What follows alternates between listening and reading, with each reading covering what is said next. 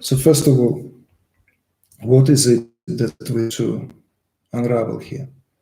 And it's absolutely clear that we all are currently amidst of a very unusual crisis. And crisis which is not only characterized by certain symptomatology and unknown to us really origins, lack of treatment, and all the rest of it that comes with it in terms of the, in terms of the global quarantine. And how does that really affect us? And why it affects us in such a profound way? What are the potential remedies here? So let's look at it together. Because whenever there is a health, whenever there is some kind of, let's say, impurity sets in, whenever our health is in danger or our sense of well-being is compromised, we must follow a certain very well-known procedures. And that procedure is irrespective of circumstances.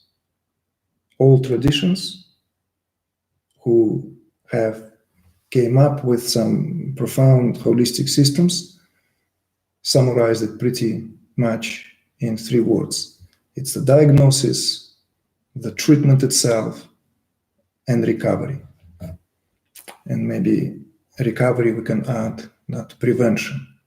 Prevention here is outside of the linear perspective, because prevention really should be our first and foremost priority. Everything unfolds from that. If we can prevent the calamity, then we are better off, obviously. But since the calamity is here, we need to proceed in the aforementioned manner. We need to be able to diagnose it as accurately as possible. We need to administer an appropriate treatment. Then, once the treatment is being administered and recovery begins, we need to make sure that we've done our best to put it all behind us. Well, that said, this is a different kind of, if you will, address, because I'm not speaking here from the perspective of someone who understands biology or microbiology well enough. This has been covered. There is a lot out there, and we will speak to that a little bit during the course of our gathering. There are other perspectives that have been added, many perspectives, and we will give the overall view of what is out there and what we suggest to put a blind eye and what to keep a close attention on, all for your own consideration. So basically what we are here is to address the underlying condition and to define the set of solutions to deal with this crisis. This is primarily why we're here, but from the perspective of consciousness. In other words, giving it consciousness-based perspective. So before we proceed, I would like to also make, I would like to express a sentiment here. Our sympathy goes to all those who have been affected by this current crisis. Our condolences goes to those who have lost their loved ones, and most of the loved ones are here in that parental age, because the crisis, as we know, hits the strongest are those who are of a certain age. So that makes our fathers and grandfathers, grandmothers and mothers. So to that, I would like to also pay deepest respect to all those who right now assist in dealing with the crisis on the ground, to all those in medical professions and people who are working on the ground day and night, trying to remedy the situation. These are undoubtedly heroes of our time, because it takes a lot of conviction and personal responsibility to be able to assist others at the time when every one of us are being advised to stay locked behind the doors, behind private properties, to minimize the contact and all that social distancing. Yet the medics and paramedics, they all go into this full head on. Even if they are protected with their gear and understanding, it is still not short of the heroic act. So our hearts goes off to them. So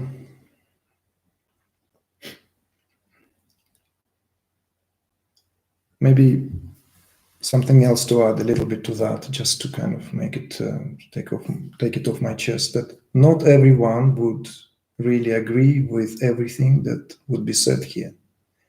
Not everyone would even like perhaps what would be outlined and unraveled here.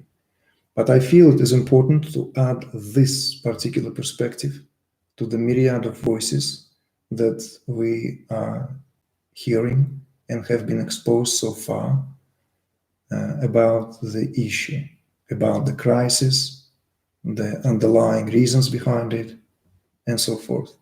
So I feel that this perspective is valid and is important. So with that in view, it is also very important that it is spoken with sincerity and with highest degree of integrity in terms of not falling on some kind of more cushioned, softer, rosy or preferred perspectives even.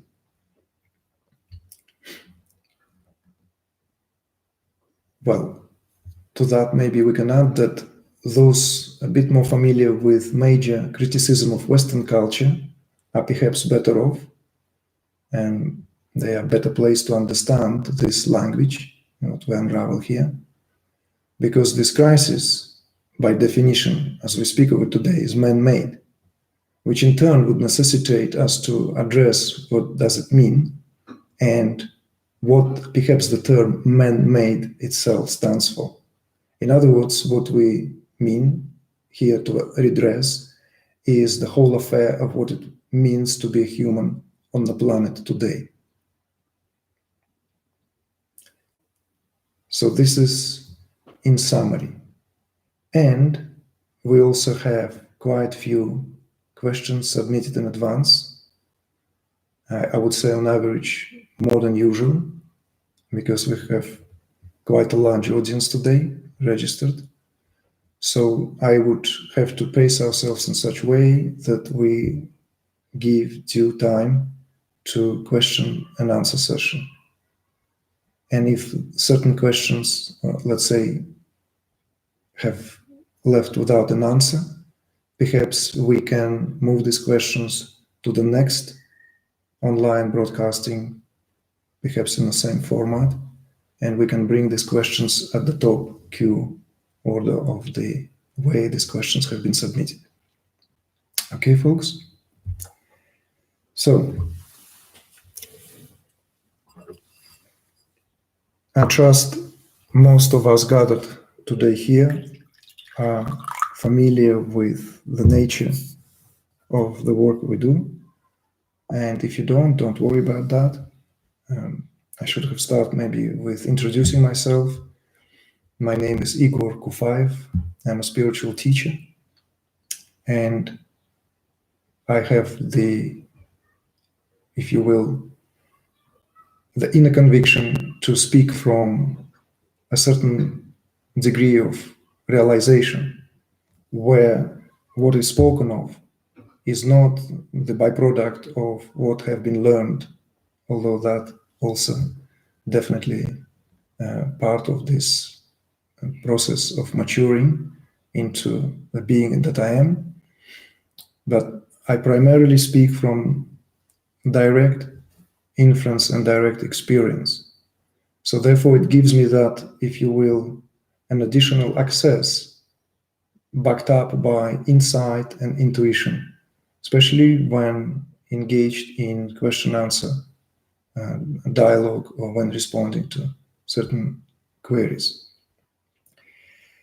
The main practice is, of course, transcendence, and meditation is our bread and butter, because it is in and through meditation that we are able to access areas which otherwise are inaccessible in the waking state of consciousness, which is characterized by the acuity of the sensory perception, empowered by the organs of cognition, or in other words, what we call the body.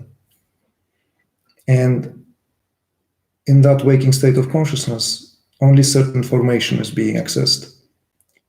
The rest is being processed and accessed throughout dreams, in our dreams. But that requires tremendous degree of understanding, honesty, and introspection to be able to draw enough on the material that we receive in our dreams. Speaking about the deep sleep state of consciousness, of course, doesn't make sense here because it's completely characterized here the state of being unconscious. So whenever we are unconscious, we are simply unconscious of the content, because the content is withdrawn into the domain of the causal. Nothing we can say about it.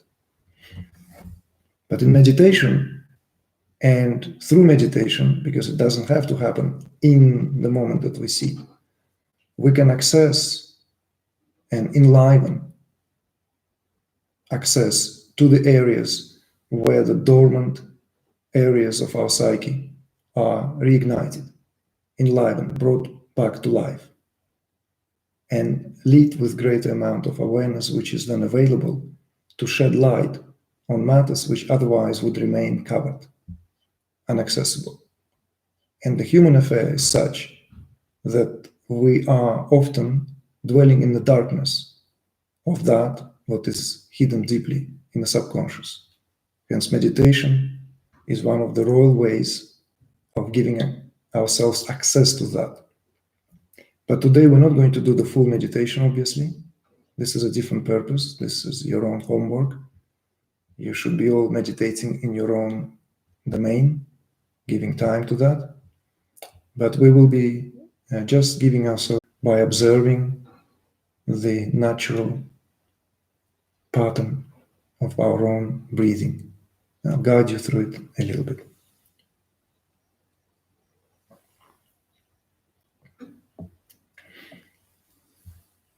So make sure that you're seated comfortably and not in direct contact with the devices if possible. And just for 10 minutes, more or less. So let's close our eyes and simply relax for a moment into the very, very moment of this sitting, with no agenda, with nowhere to go, without trying anything,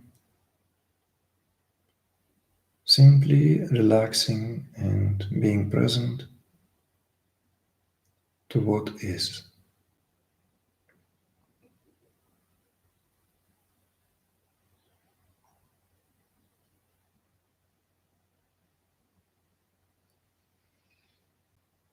And as we begin to internalize our attention, let's bring our awareness to the region of the diaphragm, where our tummy spontaneously moves in and out, where the walls of the tummy move in and out on its own, in perfect synchronicity with the incoming and outgoing breaths. Sink your awareness there for a moment, simply relax into that natural spontaneous involuntary movement, and observe how fluidly and gently the diaphragm moves all on its own,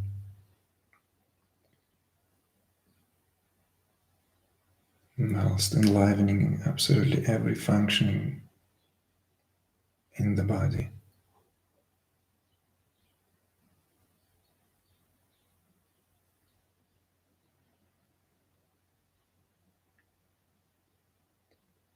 Relax into it completely.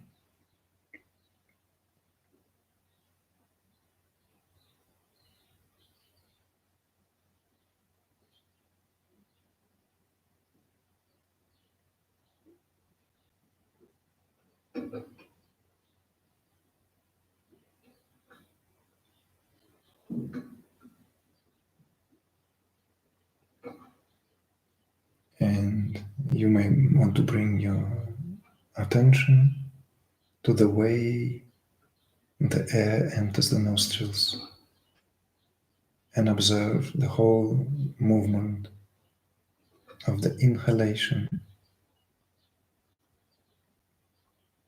from the moment the air enters the nostrils all the way to where the incoming breath subsides just for a moment,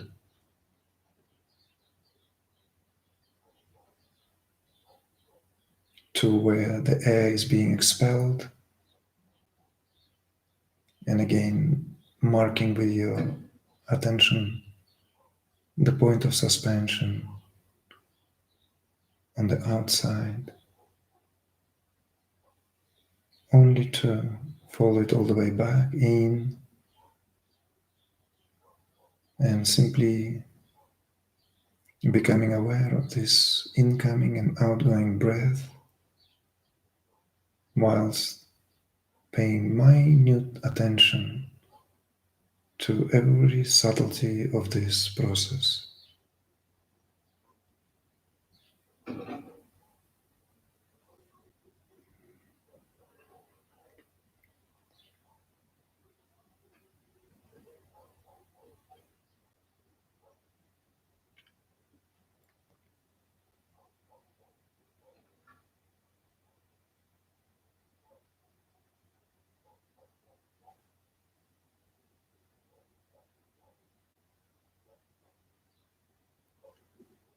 No need to alter the breathing in any way. Simply observe the naturalness of this process and the subtlety, along with sensations that it may bring about in your body.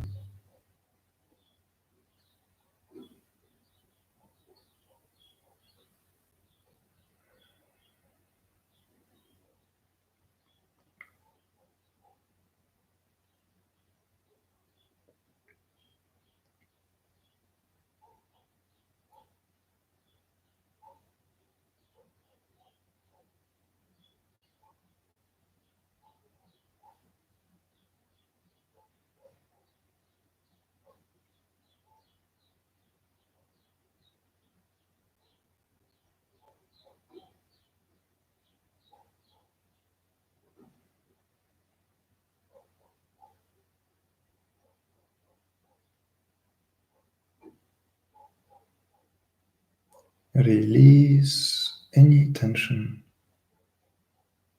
along with the effort and completely fall into this, into the spontaneity of the breathing, just for a little longer.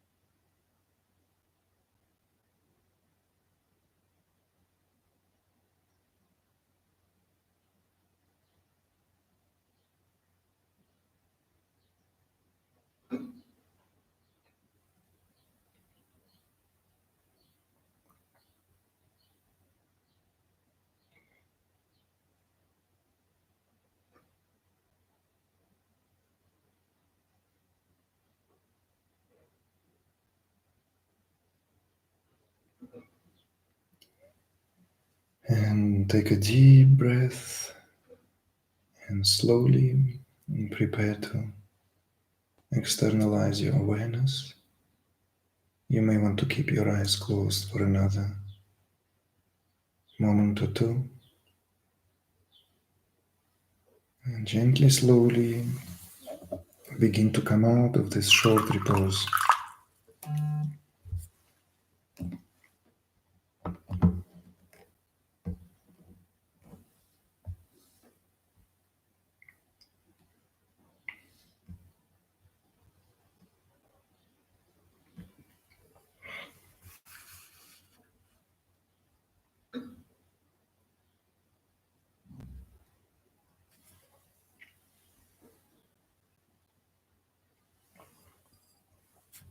Okay, so just a short, sweet repose to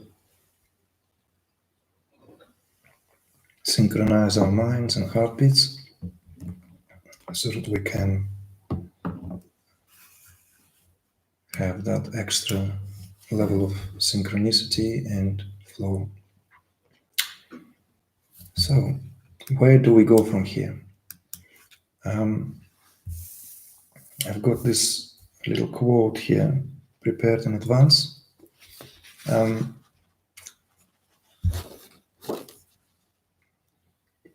So some times ago, not long ago, just maybe end of last year, this wonderful website, which is dedicated to collecting quotes and passages on the meaning of life, I think it's called Excellence Reporter, have requested that we submit our own entry on the meaning of life, the topic. And I came up with just page long, just something like that. It's printed, that they have very kindly published on their website. And I want to read you a couple of excerpts from here, which will set the tone to this, what I would like to address or begin to address today's gathering. So the question is very straightforward. What is the meaning of life? So I came up with this. With this, I will read it out loud to you. Speaking ultimately, life as an expression of being is beyond any meaning we can ascribe to it. That does not mean that life is meaningless, but rather that it has many meanings, as there are levels of creation and degrees of experience. At a certain level, we could say that the survival or procreation instinct is the highest meaning of life expression. At another level, life's meaning may be found in playful interaction.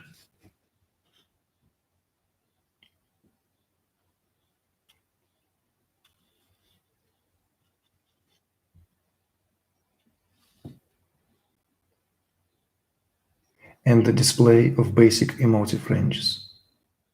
At yet another level, meaning is found in the potential for creativity, self-expression, and self-actualization. At a certain point, there is a refinement of feeling and perception along the way towards self-realization, with love as a natural condition of the heart, where the search for meaning is no longer a concept, but one's own reality, cognized and lived to its fullest potential. One can even be so bold to say that the meaning of life is in beholding the magnificence of one's own self in all its glory as bliss. Now, to comprehend this fully, we need to question what we mean by life. If by life we mean this embodied world of forms and phenomena, then it's easy to trivialize this question or to make it virtually unanswerable. Life, in all its manifestations, as creation or existence itself, is nothing other than being, manifesting as this universe. Now, to comprehend this fully, we need to question what we mean by life. If by life we mean this embodied world of forms and phenomena, life in all its manifestation as expression, and creation of existence itself is nothing other than being manifesting as the universe. There's no way to tell being and life apart, as one is the expression of the other. One is the other in all its fullness, as absolute oneness. Being, which we may call awareness, self, or the absolute, cannot be understood through intellectual contemplation. Awareness is unfathomable. Therefore, life, as an expression of awareness, is unfathomable. Life has no meaning other than being aware of its own magnificence, which itself is hidden by the layers of creation. Each phase of creation is neatly wrapped, concealed by the preceding stage, as a forebearer whose name is absorbed into a newborn reality, only to give way to the next phase. Is there a meaning to it all? Oh yes, there is meaning in every breath, in every birth, in every death, in every grip and letting go, in every confusion and clarity, in every commitment and betrayal, in the ways the cup is being brimmed, in the ways the light is being lit and dimmed, in the ways we touch and being touched, all filled with the highest meaning we shall aspire to unlock, even if we never will. So this kind of, if you will, was my response to that invitation to submit my musings over the meaning of life. I don't know if I would have answered this question in the same way as I did just a few months ago. Perhaps I would have taken chance to respond in a much more stark manner, that the meaning of life is recognizing the responsibility that comes with it and living life in such way that that responsibility is being fully acknowledged and passed on as the greatest of all inheritances. But this is now a wish, because the expression was given through a language.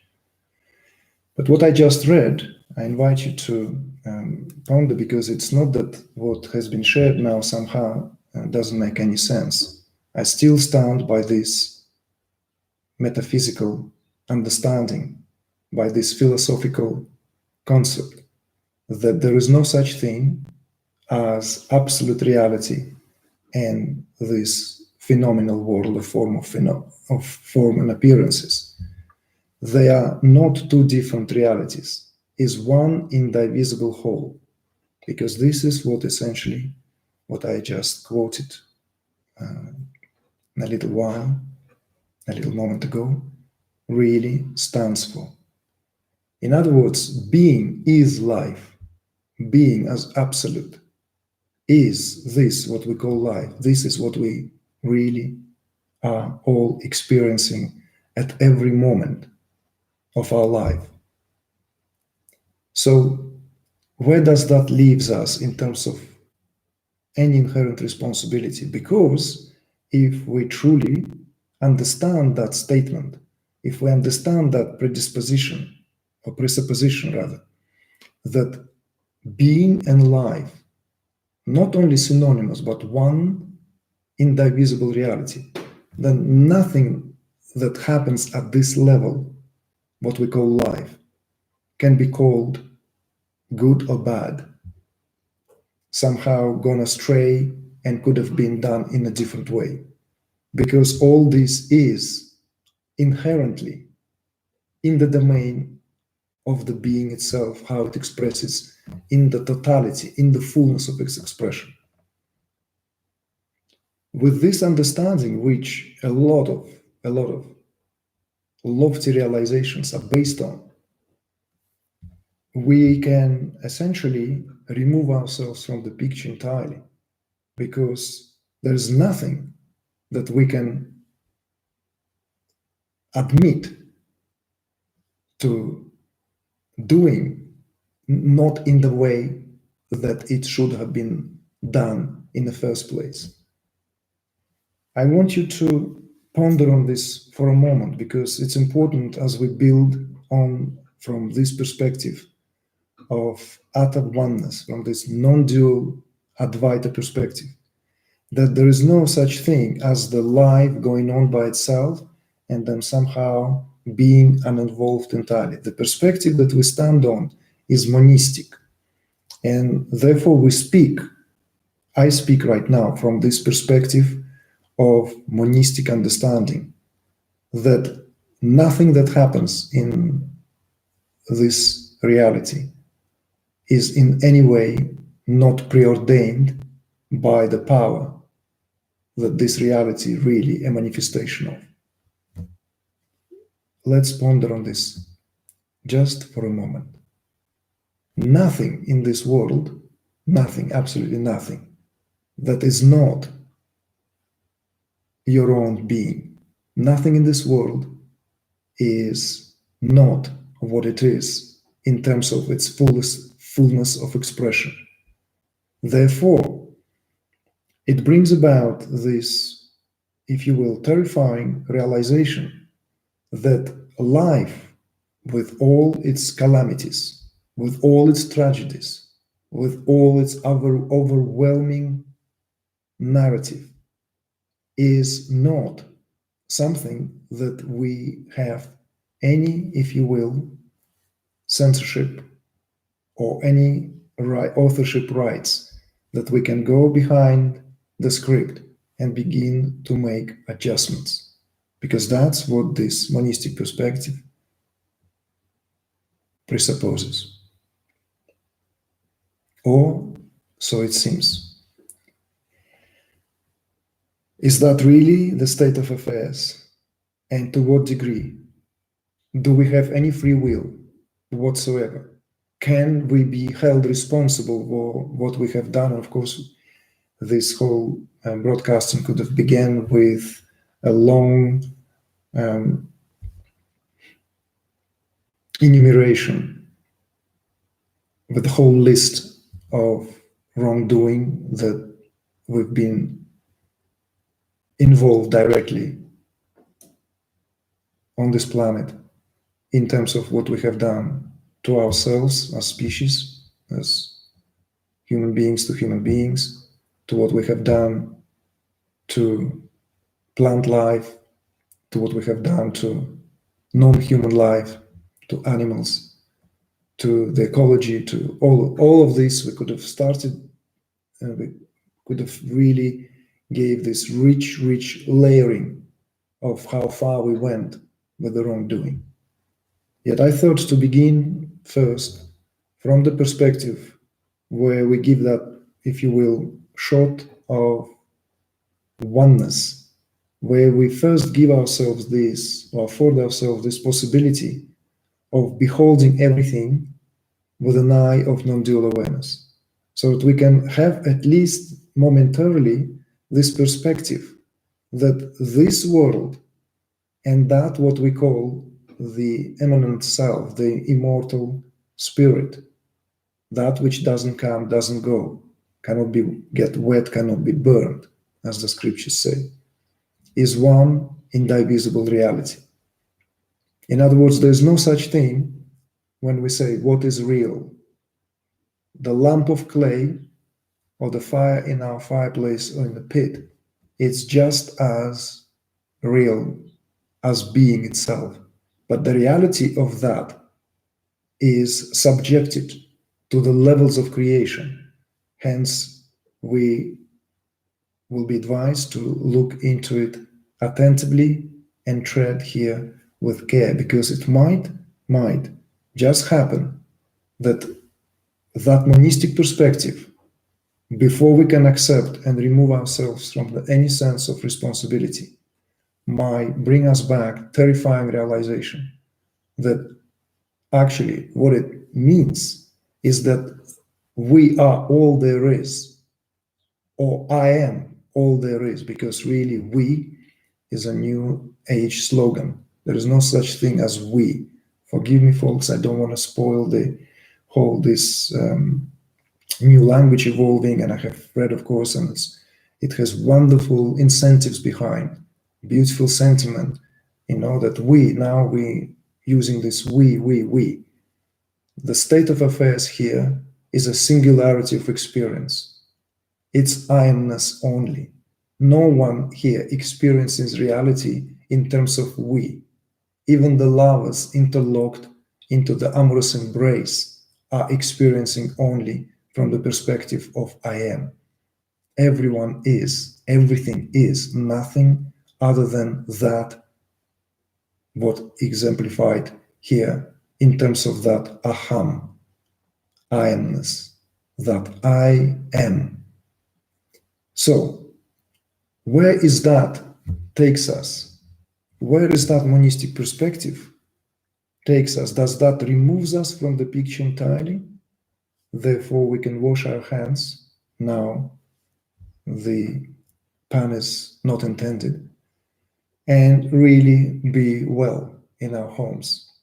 We can just remove ourselves from the picture of the crisis because, after all, we, right, spiritual folk, could be considered, maybe rightly, could be rightly considered the creme de la creme of the human race on the planet now because of these realizations that has the capacity to set us free, to free ourselves from the burden, unbearable burden that existence imposes itself upon us.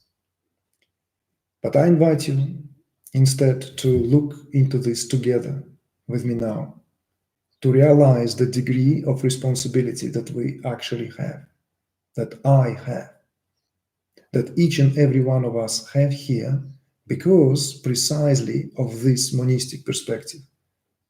The very non-duality here, the very oneness here, removes us from the picture on one hand, but put us face to face with reality as it is on the other, because there is no God out there as independent reality, nor as a higher reality. It is our own awareness that essentially beholds itself as this experience. The all-pervasiveness of this experience would not be possible if not for that. So this will take us to that monistic propositions that we can find in many, many scriptures. We can find that in Vedantic and Tantric sutras and shastras. We can find that in all this is Brahman. All this creation is the absolute. We can find that in Shiva Sutras. Nothing exists that is not Shiva. We can find that in more modern teachings, let's say, of the era that we live now, the common era. In the 14th, 15th century Sufi mystic Ibn Arabi, in his teaching, where creator and creation give rise to each other. That creator and creation give rise to each other, which is exemplified in the Quranic surah as wherever you turn is the face of God. So in other words, there is nothing, neither inside nor outside, that is not my own self. Whatever I behold, whatever experience I undergo, is nothing other than my own self. All this is not happening somewhere out there. Neither it came from somewhere, nor is it going anywhere outside of my own self. It's a principle, rule of thumb realization. This realization is not only exemplifies the upper hierarchy of the noble truths, but what it also set to remind ourselves is that the freedom that we all are here have the capacity to experience is literally at the tip of our fingers, is at the, if you will, tentacles of our cortexes, as all this is being programmed and reprogrammed only to reorganize itself again so that we have the picture or the fuller picture of reality rather than the fragmented one. But let us go back to this creation and creator, or the creator and the created, because this is, as in the essence, what the subject and object, observer and the observed, exemplify, forever locked into this unfathomable, mutually interdependent algorithmic embrace. So whatever we experience is empowered by that embrace, the embrace exemplified by one giving rise to the other. This is the principle, if you will, axiom of the monism, that there is no even a creational myth as such. There is no such thing as some higher power creates this world in its own image, even for its own liking, but rather one gives rise to the other, interdependent, inseparable. There is no one without the other. There is no being without this life, and there is no life without this being. One reflecting in the other, one gives rise to the other. This is, if you will, where the monism, where the non-duality and duality are giving this possibility of any experience through this subject-object split, which is not a mistake, which is not an erring creation, but if you have been following closely enough now, unfathomable relationship of the absolute reality and the world of forms and phenomena.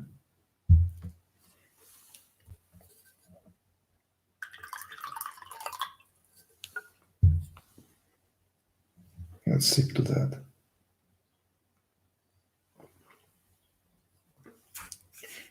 So,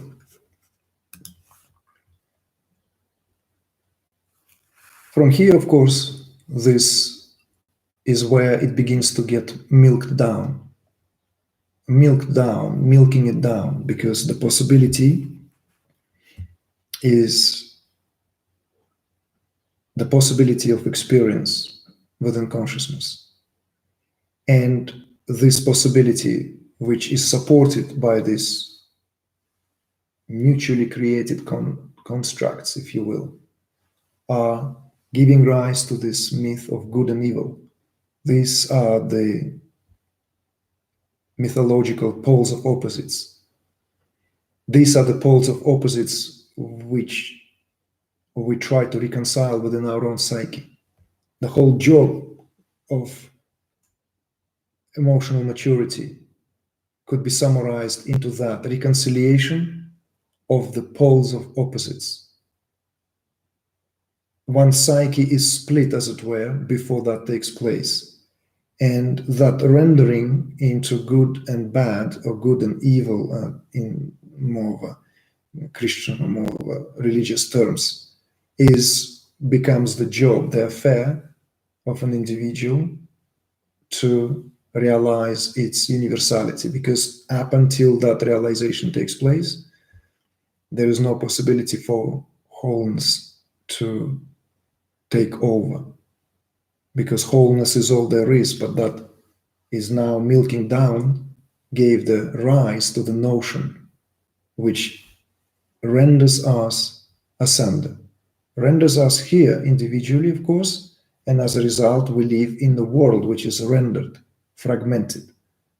And in that fragmented world, this notion of the battleground with human being as this highly coveted affair.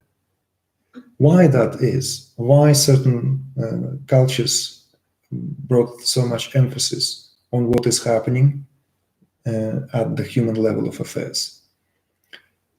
Well, enough has been spoken about that in terms of the marvel of creation, of what our nervous system here exemplifies. But I want to simply draw your attention to this simplified metaphysical concept that what human being here really is that what upholds the harmony between the higher and the lower, the heaven and the earth. All mythologies, all metaphysical perspectives on East and West have overlapped here with this understanding that it is human affair that decides the affairs on the planet, because it is through human nervous system the heaven can be brought down to earth. And in doing so, it can enliven every possibility and divinize the life on the planet precisely because of that instrumentality with which human body is embedded in the first place. Likewise, if that opportunity is not unlocked, if that possibility is not exercised, the reverse is true. What with the reverses here, of course, is that the human can mess up things here in a big time, in a big way. And this is perhaps what we have witnessed now, is that we've been essentially confronted with series of events which have been serving as a reminder of these deeply seated unconscious patterns which have been germinating for a long time deep in the domain of the unseen, deep in the domain where the light of awareness cannot penetrate, because this is the domain of the causal, the karmic realm. So this spread of, if you will, of this particular virus or any other virus of any other form of life that can take over this life must come from a place which has nothing to do with just an accident or freak of nature. It's very unlikely. It's, if you will, excusable thinking. It's when we want to set on the set of excuses, then we give ourselves this preference into, oh, something happened somewhere far away, perhaps in China. Well, guess what? Everything is made in China these days. We just make everything in China somehow because it's the cheapest country to make things. So maybe this is a karmic boomerang now, which failed and flying everywhere it will, because it's not because of this particular animal or that particular animal, but something simply germinated at the level of the causal, and it is now being brought to the conscious level of affairs. So in other words, we have an opportunity, a possibility to experience the hidden, that what have been shoved, have been pushed, swept under the carpet for a very long time, is now no escape. This is at least some of the perspectives at the horizontal plane of affairs when we speak of more subtle domains. But to take us back now into the domain of oneness just for a little longer, before we go into the particularities, I would like to remind ourselves that in this whole, if you will, analysis, in all the perspectives that were given, the more credible ones seem to come from those who have insight into the real intricacies of astrology, because it is in the movement and positions of the planets that everything is preordained in a sense of that trajectory that we all experience here collectively as our, if you will, destiny on this planet. And interestingly enough, there are scriptures, certainly in India, which openly speak about recorded examples of how this or that event that we're experiencing or have been experiencing so far being marked in their sacred books. In some of these Hindu sacred books are marked with precision. Precision because astrology, it's the mathematical discipline algorithmical discipline. Nothing is given there for guessing or chance. It's all done through the computation. So therefore, coming up with a precise year is not just guessing that sometimes maybe in the 21st century. No, it's given. This is exactly where this planet and this solar eclipse and this winter solstice and this summer solstice, everything is marked by these grand cosmological events, which gives access to precision. And with that precision, funny enough, some of you may have read that what we are going through now have been prophesied. So the question may come, or the question may rise. So wait a minute, so if all this has been prophesied, if all this has been somehow already seen and mapped out, and it is all because of the combination and the influence of certain heavenly bodies, what are we to do with it? How are we again responsible in all that what we've been doing or wrongdoing, if all this is already somehow written in the charts of the orbits of the planets that give that perspective? This is another interesting question to contemplate on. I invite all of you to ponder on that. Perhaps to add to that is that, yes, we could see this all existence of us as a human species on the planet as mapped and preordained, and everything is outlined there, even only if someone can have access to this bewildering, mind-bending mathematics of beauty. If only we can have access to that, we can see that everything we've been living so far is what we're meant to go through. But with that being said, it does not take us from our job to experiencing it in fullness of its measure, of what we must go through on the account of its being prophesied. Therefore, one can lose the sleep over this sense of tremendous, unbearable emotional guilt, which comes with the destruction on the planet in various spheres of its existence, and take that guilt upon oneself.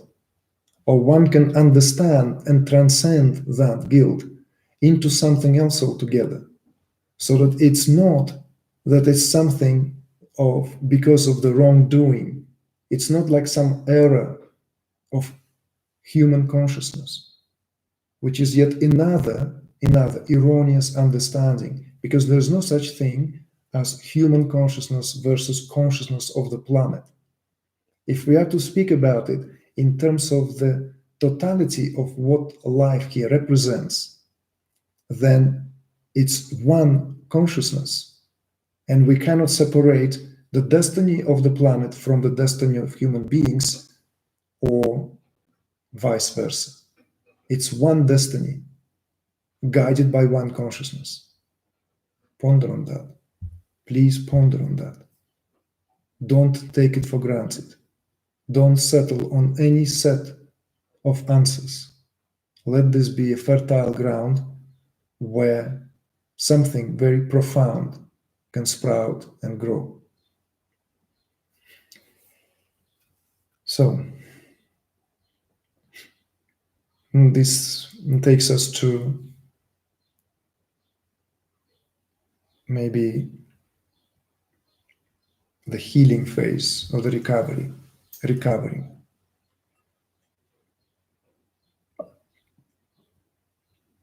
There's so much out there now, so much information. Again, even if to borrow astrological reports, especially the Vedic Jyotish, right? Vedic Indian astrology, the very position of the planets signify the obsession in a social media with what we're going through currently. Even that, what is now happening in the social media, is governed, or if you will, directed invisibly through these invisible threads by the way we all are obsessively observing and adding voices into this. And there are, as all of you know, myriad of these voices, myriad of perspectives, but we can narrow this perspective into several mainstream ones. What I would like to speak to is the importance of attention. But maybe before that, before we touch upon the importance of where we give our attention to during this time, because I want to emphasize this address is not for a layman. I'm sorry, I have to really make it very, very direct. This address is for a spiritually minded, emotionally evolved, responsible individual. It's not for someone who wants to just get this, off the list and get yet another perspective and then run for another perspective and then run for 100 in other perspectives just to end up with a total confusion and mess. It's the time of clarity that is now required more than ever. Time of clarity. And the conditions already been given. This whole look in, if you will, this whole pandemic, which is now being dealt with by governments in this drastic measure of having to impose the homebound quarantine for majority of people, for most of the people, is a perfect opportunity for this internalization. But how many people will exercise that? Think about it. Be honest with yourself. How many people will actually take this opportunity to internalize? If someone thinks staying indoors it's internalization and being on the computer all day and watching all this stuff and reading and watching more and and adding more and more, that's not internalizing at all. That's missing the opportunity altogether for actually getting in touch with that what we seldom had courage to face. And that can be done only alone. It cannot be even done at the table discussing with your siblings, parents, loved ones. It can only be done, if you will, face to face when we face our own self. But hey, this is not for me to say what should be done or not. It's simply an observation. An observation. If someone thinks that this is the most horrible calamity that we've ever faced, maybe that's the outer manifestations of that calamity.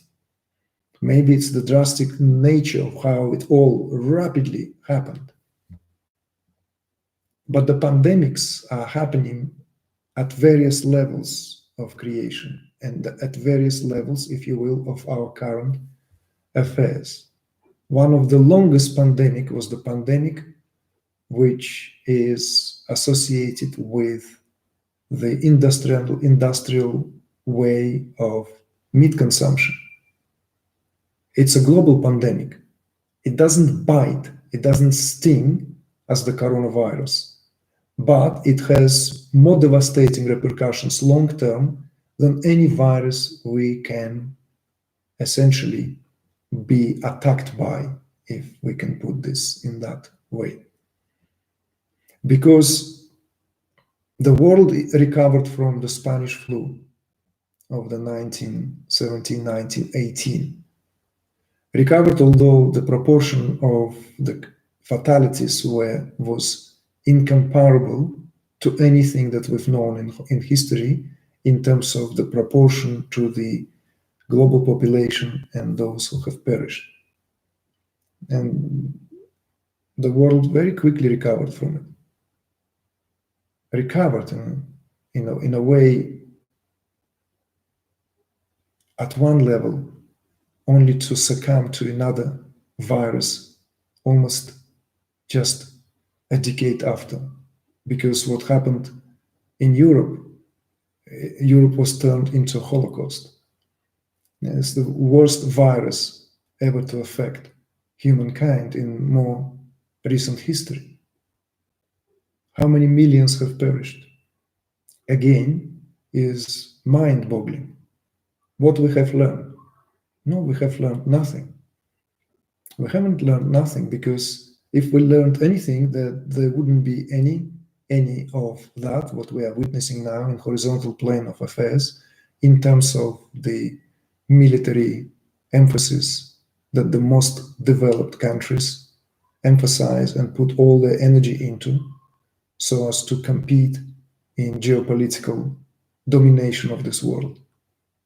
So of course, these are very bleak picture, and I'm not painting it. It's already painted. It's painted, and you can see it for yourself, because it is we who painted it together. You see, it is I who painted it. I'm the only author here. There's no one else involved. If I can have that understanding, then it is in me where the reconciliation can take place. If the responsibility is shoveled on someone else, on the neighbor, neighboring country, neighboring state, or faraway country, faraway state, faraway affairs, then that reconciliation doesn't have the chance in this lifetime. Therefore, this address is only for those who are willing to look into it from this deeply personal internal state of affairs. Now, back to the recovery, back to the healing and self-healing. So let me just say something here that I have noted myself earlier. Healing is spontaneous, but only when there is an unobstructed flow of energy throughout the entirety of a human being, which is exemplified in a harmonious relationship between emotional and psychic, with all-pervading absolute. In other words,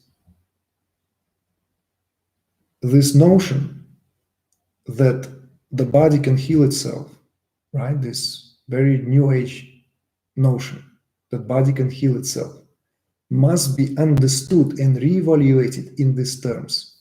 Otherwise, we are in danger of glamorizing the physical mechanism of what this body is. And it is a wishful thinking, because the body doesn't exist on its own. Body is an expression of our soul. The soul, we borrow the body, we chose the body at the moment when this moment of, if you will, incarnation takes place, when we, if you will, descend into this, what is being developed as a fetus in the aftermath of the copulation. And this genetic material, along with predisposition that is carried through the sperm of the father, which is the soul material, given then this genetic material by the mother, by the egg, fertilized egg, is growing into some life, and that life is, if you will, inhibited, taken over by the soul. So the body then develops in the way, in such way that the soul will have the best possible way to experience next evolutionary term, if you put it this way. But to speak about the physicality of the body as it is an oxymoron. So it doesn't exist. There's no such thing as a physical body. Therefore, examining how to get better, how to get rid of this or that illness, this or that disease, medicine sooner or later will stumble stumble in the darkness, stumble in, and will begin to enter the path which a lot of our if you will, modern medicine had to, or was forced to enter, where it will pursue a very different realm of exploration, because it dismissed, it separated, cut off the body from the soul. So that separation is what we're experiencing now. It's the most dear price, the most painful price that we're paying. So in other words, the recovery here can only take place with the realignment of the total potential that our psycho-organism represents here. Because body is an expression of spirit, with a subtle realm exemplified by our emotional and psychic bodies, which lay the blueprint for all the mechanics of the physical organism. You see? This is very, if you will, important understanding in terms of the recovery. So the healing here taking place when with the magnitude of this pandemic, if we are to told, in terms of the unknown nature of it all, must be faced and must be dealt also from the level of where we bring that reconciliation. How do we do that? What is now the tools of the spiritually minded one? And this is, by now, should be again another rule of thumb, or one of the first and primal rule of thumb, because this belongs to the preventive. This belongs to how to prevent the calamity. It belongs to that invincibility of who we are. And for that, there has to be unwavering identification with the immortality of our soul. There have to be unwavering understanding of the nature of all pervasiveness of who we are as being. So that we live from the place of being rather than from the place of physical experience, which being here illumines. You see the difference? It's not living from the physicality of the experience, even if the physicality of the experience is always here to overtake, always here to usurp that experience, at least in our day and age, at least in the age of ignorance. So our job here is to turn the affairs completely, turn the affairs upside down or inside down. Our job here is to have that unwavering, powerful understanding of who we are as beings. This is one of the greatest preventives. This makes our individual, if you will, field.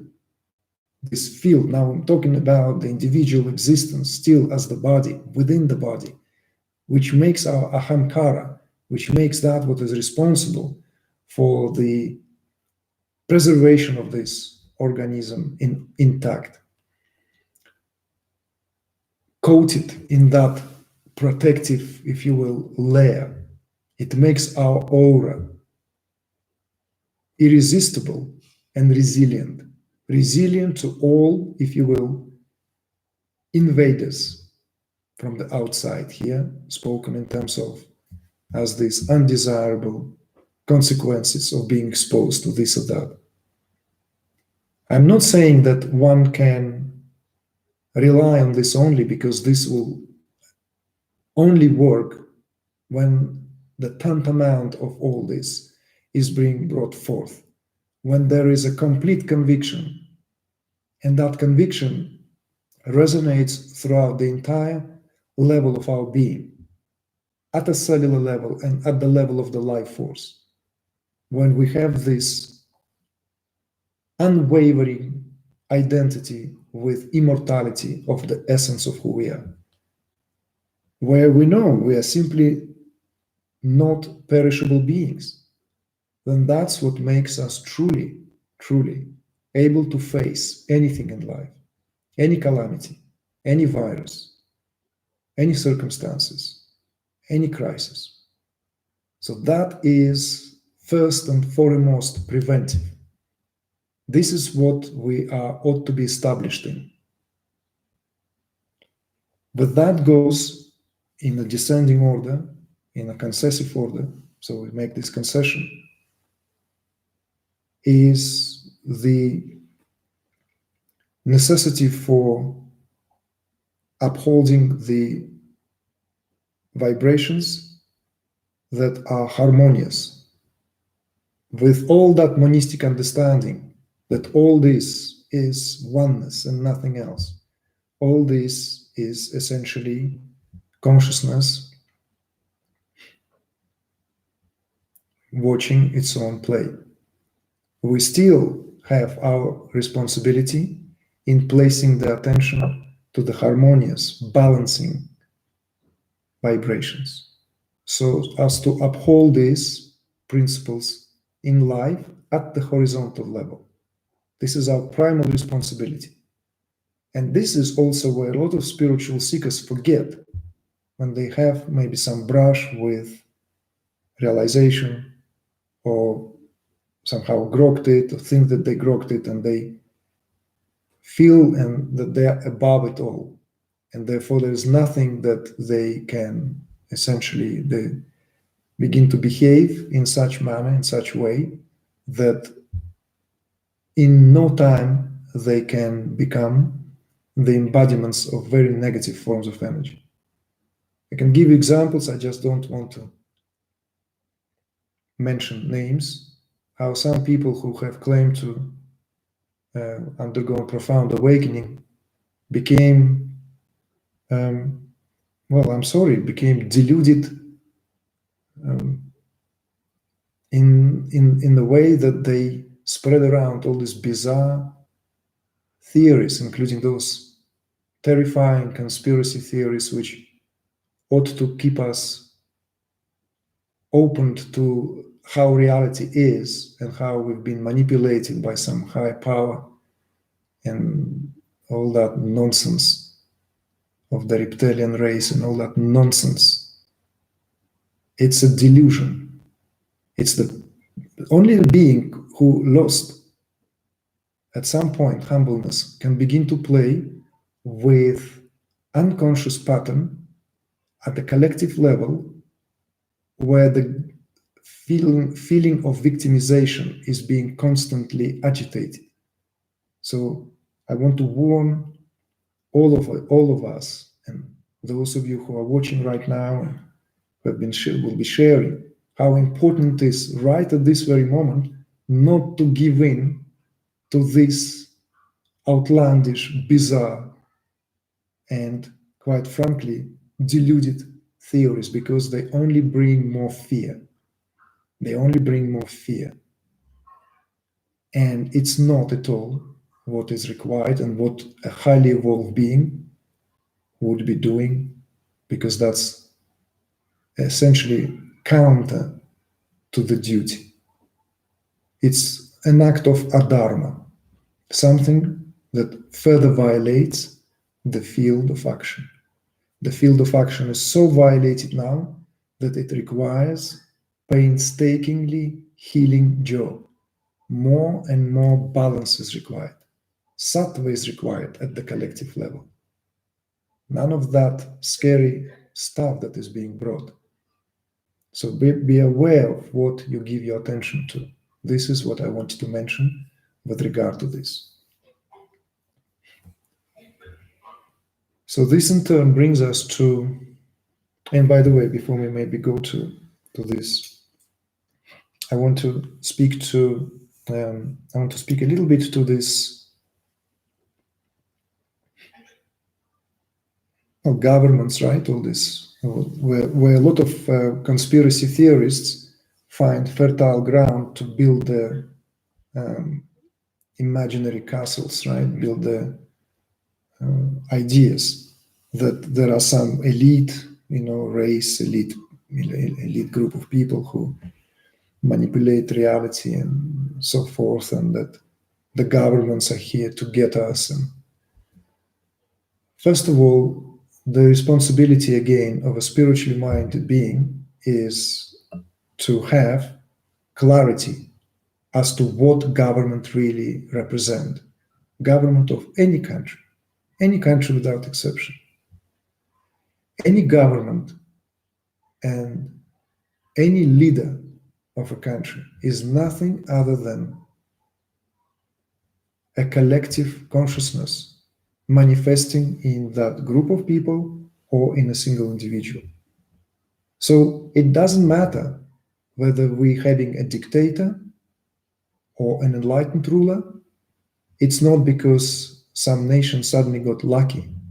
Some nation suddenly got revolutionary about it and they elected this government and they somehow, no, these are all happening at the subtler levels of reality. Leaders of the country, leaders of anything, of any kind, a manifestation of the collective level of consciousness.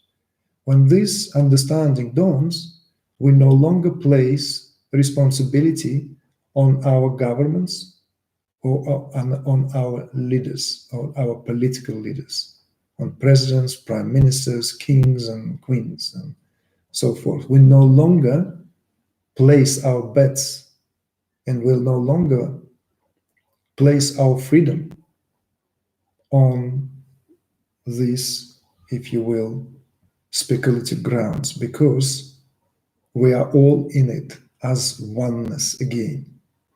And I always say that one needs to educate oneself when it comes to this, because one area that I have noticed that still causes a lot of havoc and confusion in even ripe, mature spiritual seekers and finders, right, spiritual beings, is this attitude to political affairs. And often I give some antidote to them, like a bit of a homeopathy. You see, I'll try the opposite of that. You see, you don't like president of this country, you don't like Donald Trump. Well, guess what? It is the Trumpness in you that you despise so much. And this is the most difficult thing to do, is to look at the leader of the country through this understanding, what it reminds you, what it brings forth, what shadowy, unseen, unconscious area of myself that I still have to deal with. So with this understanding, these conspiracy theories fall flat on the face. They have no ground because there's no one to get anyone. No one is there to usurp my freedom. I'm sorry. I stand here as the entire universe. I stand here as a totality of being. No one has sovereignty over me. No one can ever have sovereignty over me because I am who I am. And this is your responsibility of a spiritually minded being, to have that ingrained in your heart. Then and only then, that freedom that you so desirous of will be yours, because you have the audacity to claim it. And these conspiracy theories are all live because of that victim pattern. It all has grounds only because this sense of victimization, when it reaches global collective proportions, manifests in the form of this, that someone is there to usurp our freedom and to turn us into slaves for their own end. So don't buy into that. You need to have the ground where you stand firmly. And this ground has been just outlined very simply in very accessible, direct words, that no one has sovereignty over me. No one has sovereignty because I am who I am. You need to have that clearly worked out, each on your own. So perhaps we will begin to wrap up now this this part before we go into questions. And I would like to give our attention to what I consider to be very important in this moment in time. As part of that global healing, as part of that, if you will, phase of which we outlined at the beginning, remember, we diagnose first, we go through diagnosis of what is happening to us at the collective level. We undergo treatment, and this treatment leads to recovery. So the recovery has to have these elements where we increase this quality to prevent from anything to take precedence over the lightness of being while we're here. It's to experience love, joy, freedom, and all this, of course, not without these cataclysmic events, because these cataclysmic events are what very quickly put things into perspective. So in a way, the silver lining here is astonishing. But then again, we just spoke about not to give in to the dark, murky conspiracy perspectives. Likewise, I would warn us from giving into this powdered, rosy, peachy rosy, terrible perspective of how fantastic everything already happens, because swans in Venice and blue skies and atmospheres clearing up. No, don't give in to all this, because a lot of that is fabricated by social media. A lot of that is a bizarre way of how things get manipulated. It's just sometimes maybe someone just doing a playful sport, and it suddenly gains the momentum and becomes the most watched, the most liked. Social media, the disease, the virus that we all are being infected. It's not deadly as coronavirus, or let alone other viruses, but it's deadly in the long run, because it numbs us from reality. A lot of it is untrue, fabricated, false, simple lies. So let's also be selective here and discriminate. Exercise a discerning eye, that degree of connoisseurship. Don't let be served some nasty drinks, like some vinegar. If someone says to you, this is a magnificent wine, it is not. It's just that. Sour vinegar, not even good to dress my salad.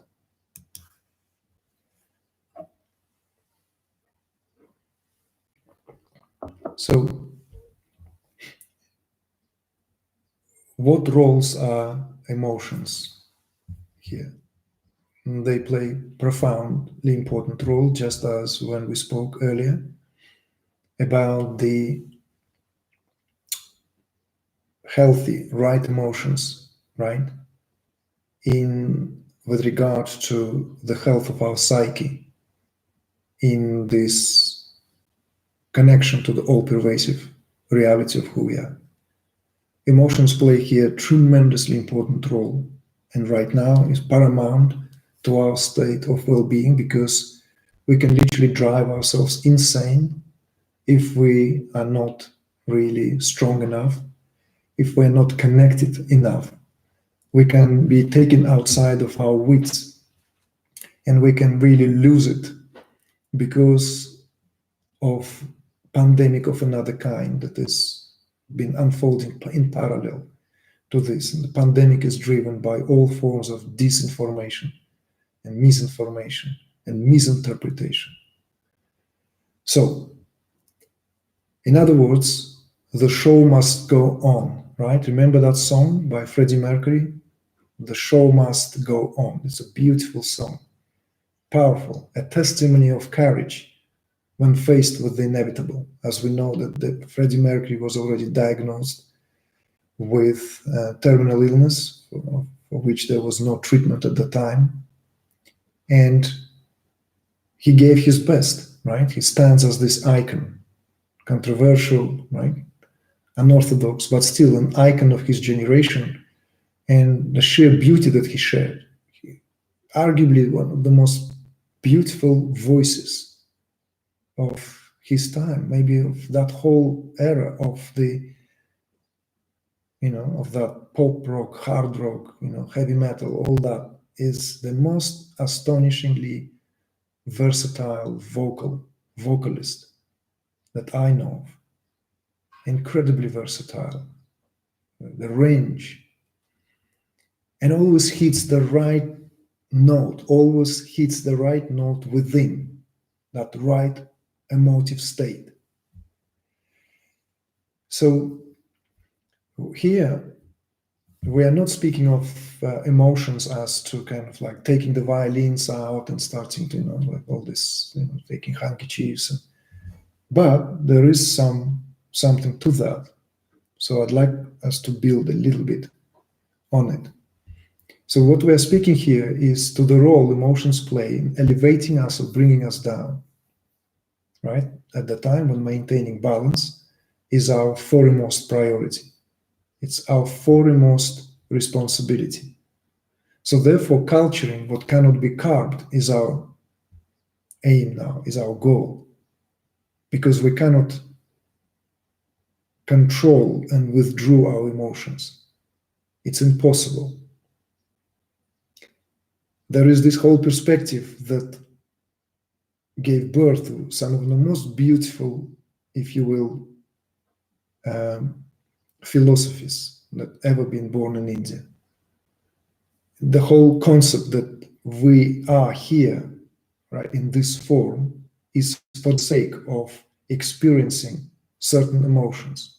And this whole theory that classical, this ancient Indian music is inseparable from, because it's linked to this whole notion of this rasa and raga. Rasa as that juice essence, and raga as a mode of expression, that passion, mode of expression. So each raga is there to produce a certain emotional tonality, certain emotional resonance known as bhava. It brings about certain emotion. So I'm not going to go into this theory. It's very intricate. If you're interested, it's a fascinating science in its own right, which lays the foundation to theater, dance, lots of classical forms of Indian art. But in music, it's paramount. So the attention is the highest currency at the moment, and we must be conscious what to give our attention to specifically. And because we cannot really shut ourselves down, because that also a symptom, if you will, or a syndrome of certain dissociative states where we simply shut ourselves down as if nothing is happening. It's neither productive, no really doesn't do anything to us, because who wants to be in a state of numbness? At the same time, we don't want to wear ourselves out, and we don't want to, as said earlier, to go, to lose our mind, to put it mildly. Therefore, as part of this, if you will, rehabilitation phase, is to give expressive potentiality to certain emotions that one way or the other we are being put in touch with now, right now, more than ever. Right now, more than, let's say, 3 weeks ago, let alone 3 months ago, 3 years ago. It's right now is this resonance where everything, every melody, like just go back to your most favorite compositions, your most favorite movements, discover new movements. I'm talking about music now, because music here is the closest expression. But as an example was given with rasa, raga, and bhava.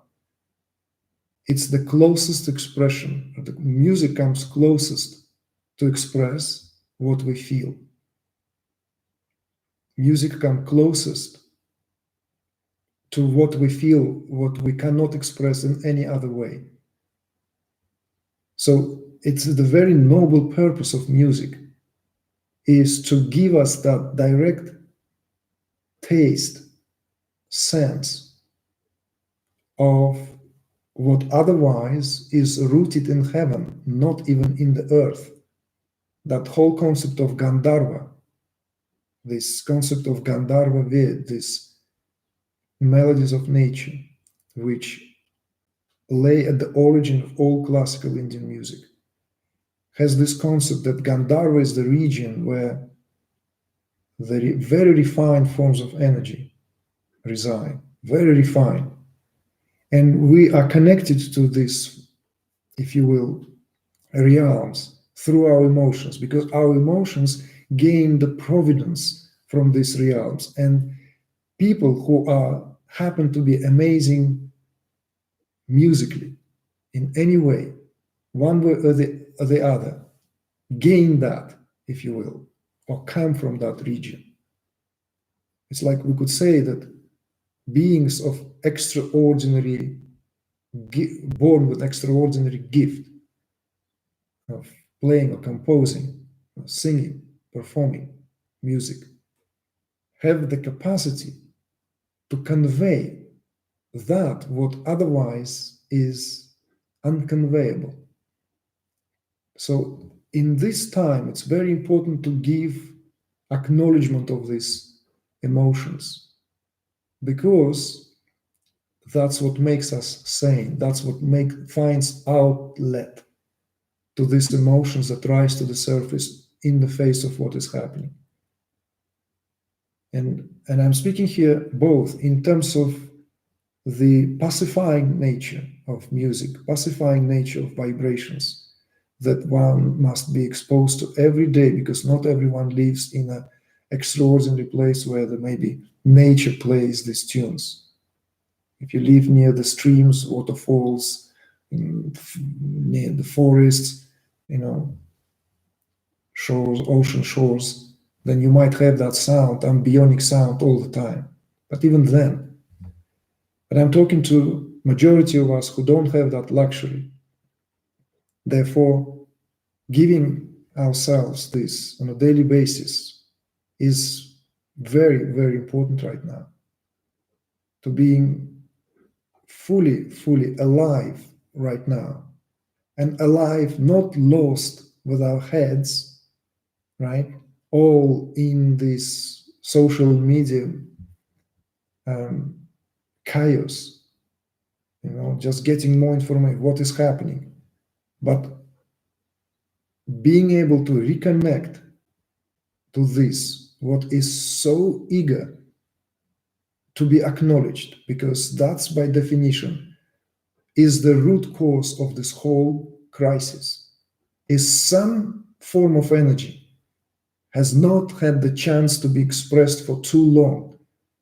It's been laying there heavily in the subconscious and unconscious layers, and collectively now manifesting and at the existential proportions.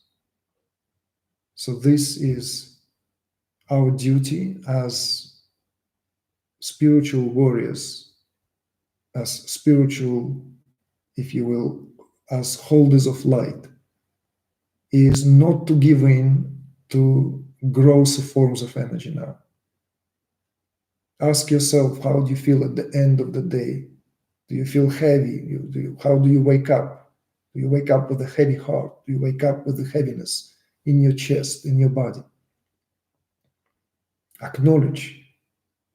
If yes, then you need to do something. You need to give yourself day free of any exposure to any negative form of information so that you can restore the balance. It's very important right now. Same goes, of course, for spiritual methodologies, and we will be holding gatherings online, meetings with the Sangha, because this is paramount to what this whole work is about. So we will be speaking of how to deal with this now and what is required from all of us who have been given methodology and have due experiences how to work with this. But in this open format of broadcasting, I just wanted to encourage all of you to give this time to more introversion, meditation, to the acceptance, to the surrender, so that there is so as to basically keep the balance intact, because it's not going to be here for too long. But let's not miss an opportunity. Let's not just hope that it's going to be sorted all out for us without our involvement. So, in other words, dealing with it all. It's our responsibility to transform lower order of emotions into a higher ones. Whatever that means, you need to know how to work with this. The most primitive emotions, of course, that emotion of fear is the most primitive one. So, dealing with that fear and acknowledging that fear and not adding to that fear, neither adding that voice of fear out into the world, nor consuming that in any way that increases that.